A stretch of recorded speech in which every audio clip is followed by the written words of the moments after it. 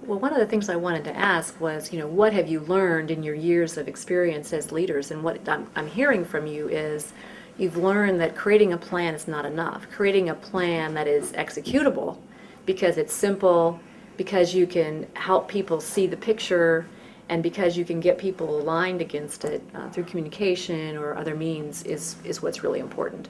So really the key is having that clarity and focus of purpose, that everyone is on the same page.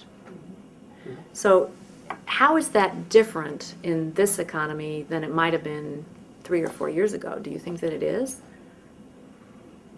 Growth is different. I mean, growth is different. The basics are the same, but the way you approach for us it is. I mean,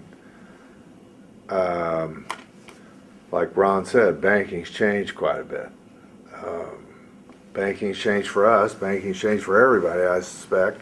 We've got to go, it's got to be more organic. We got to kind of live within our means better. It's, well, I mean, that's a bad statement probably. We live within our means all the time, but we just can't go, when we want to grow, it isn't automatic default to go to the bank and borrow, 3/4 of the money you need. It's just not, it might not be available. It's not the same atmosphere. We got to kind of think a little bit more about how can it go a little slower, for instance. How can it go a little bit more organically, that it can be managed along with, the sustaining part of the business. So it's, for us, it's a little, we've got to stay within ourselves more closely. I think, and we kind of went through something like that too since the recession hit, and that is, at first it was a little bit of this panic mode. I mean, as a leader, at least in our business, I knew the formula. I mean, I knew what to do to make it successful. And when the recession hit, all of a sudden that was out the window. Okay, wait, it's a new formula and I got to figure out what that formula is. And one of the things that we talked about is, okay, you have to be out seeing each other. You're seeing people more. You have to be out selling. You have to be out in the community. You have to be finding where those business relationships are. And I spent a lot of time and shifted my time and energy doing that.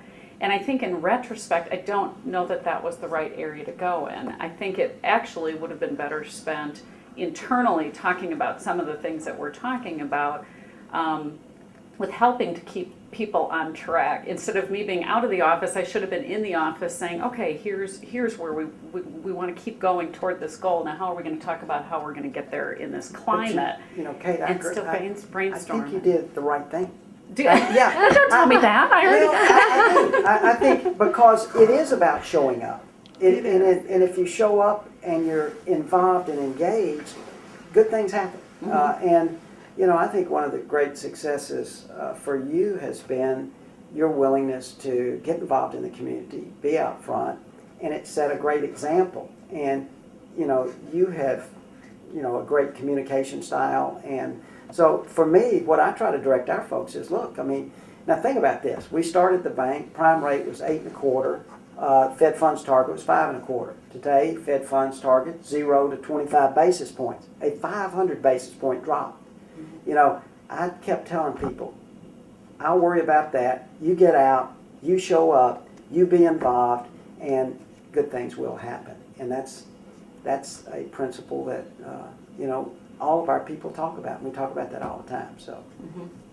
I think it's weighing, though, how do you exponentially, it's balancing it, and then how do you exponentially help other people within your organization to do that better without, do you know what I mean? So for to some degree, I was like, I think I was doing that a little bit too much, right. And I neglected internally what people needed from me, if that makes sense. When do you motivate? When do you do it yourself? Motivate? When and do you leverage and during the recession, they're having personal problems at home, and they're having, and if I'm just out in the community and not being sensitive to that, I think I'm missing a piece, and motivating them. One thing that we did that I thought worked, and it was kind of an accidental success really, was I'd been reading and I'd read the book, The Tipping Point.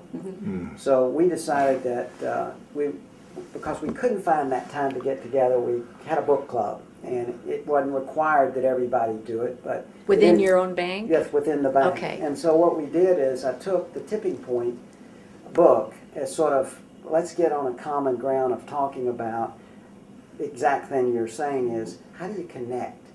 And that book kind of took us through that, and we did it in the afternoon, late, 5:30, 6 o'clock, so you could, you know, have a casual environment about that, and then just talk about the many, M-I-N-I, tipping points that might be out there for your business. Well, that gave us then a common language to talk about things. Great. It put me also in front of the group on a regular basis, so I could provide, you know, answers to questions, provide a kind of a leadership model.